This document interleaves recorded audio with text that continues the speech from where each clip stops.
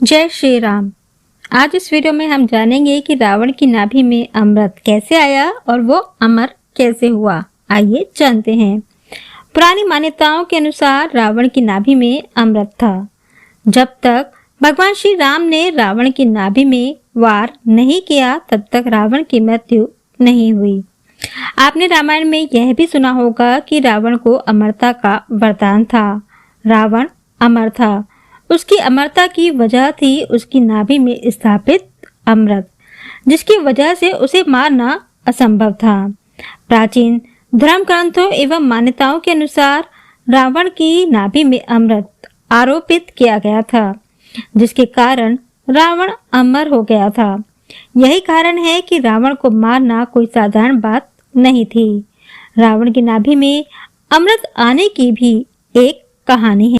इसका श्रेय उसकी पत्नी मंदोदरी को जाता है, जिसने इसे अपने पति में स्थापित कराया।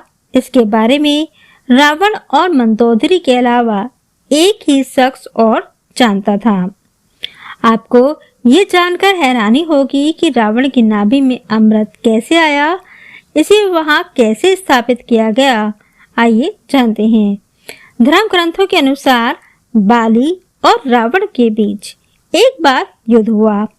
इसमें रावण को अंदरूनी चोट लगी, जिससे कि लंकापति रावण बहुत ज्यादा बीमार पड़ गया। उसकी पत्नी मंदोदरी बहुत ज्यादा चिंतित हो गई। उसने मन ही मन में तय किया कि मैं महाराज रावण को अमर बनाकर ही रहूंगी। मंदोदरी अपने माता पिता के पास पहुंची। वह मैं दानव की बेटी थी। उसके पिता अद्भुत ताकतों के स्वामी थे। माँ कई शक्तियों से लैस थी। अमृत कलश चंद्रलोक पर था। वहां मंदोदरी जा नहीं सकती थी, क्योंकि उसके पास उड़कर जाने की शक्ति नहीं थी। उसके माँ बाप ने ये शक्तियां उसे दी और वह उड़कर चंद्रलोक चली गई। हालांकि वहां जाकर भी वहां के अमृत कलश कुंड से अमृत की कुछ बूंद लाना भी आसान नहीं था। कोई इसे चुरा नहीं सकता था।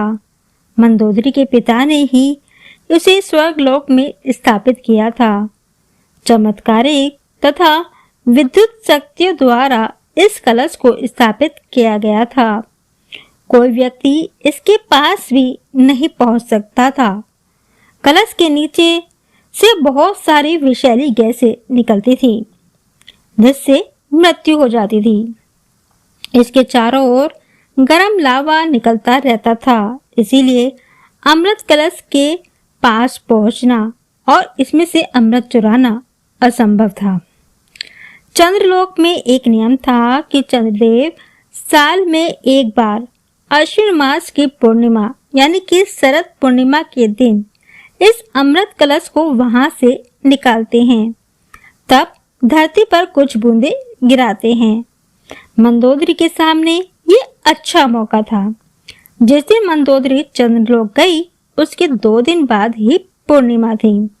जैसे ही पूर्णिमा की रात चंद्रदेव ने अमृत कलश वहां से बाहर निकाला, तभी रावण की मंदोदरी मौका पाकर अमृत कलश चुराकर भागने लगी। देवताओं को इसका पता लगा। उन्होंने मंदोदरी का पीछा किया। घबराई मंदोदरी ने अमृत कलश को देवलोक में एक खिड़की पर छोड़ा और खुद अमृत की कुछ बूंदें एक अंगूठी में भरकर नीचे धरती की ओर छलांग लगा दी। पति को अमर करने के काम में उसने अपने देवर विभीषण का सहारा लिया। हालांकि विभीषण ने पहले यही कहा कि चोरी के अमृत का इस्तेमाल करना उचित नहीं है, पर बाद में वह तैयार हो गए। शरद पूर्णिमा के दिन इस अमृत की बूंद को रावण की नाभि में स्थापित करने का फैसला किया गया। पहले इसके लिए अशोक वाटिका में रावण को बेहोश एवं अचेत किया। रावण को अचेत होने के बाद कमल नाल पद्धति द्वारा विभीषण ने उस अमृत की बूंदों को रावण की नाभि में स्थापित कर दिया, जिसके कारण रावण अमर हो गया।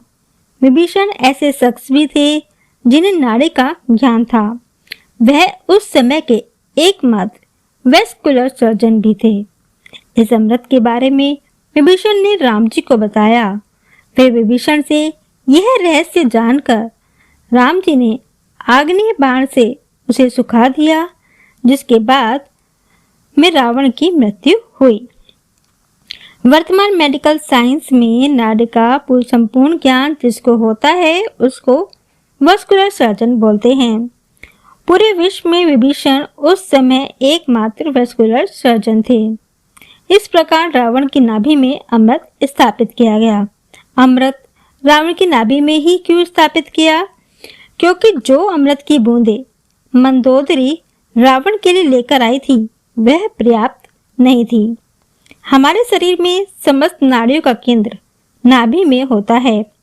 इसीलिए यदि नाभि में अमृत को पहुंचा दिया जाए तो यह हमारे शरीर के हर नाड़ी में पहुंच जाता है।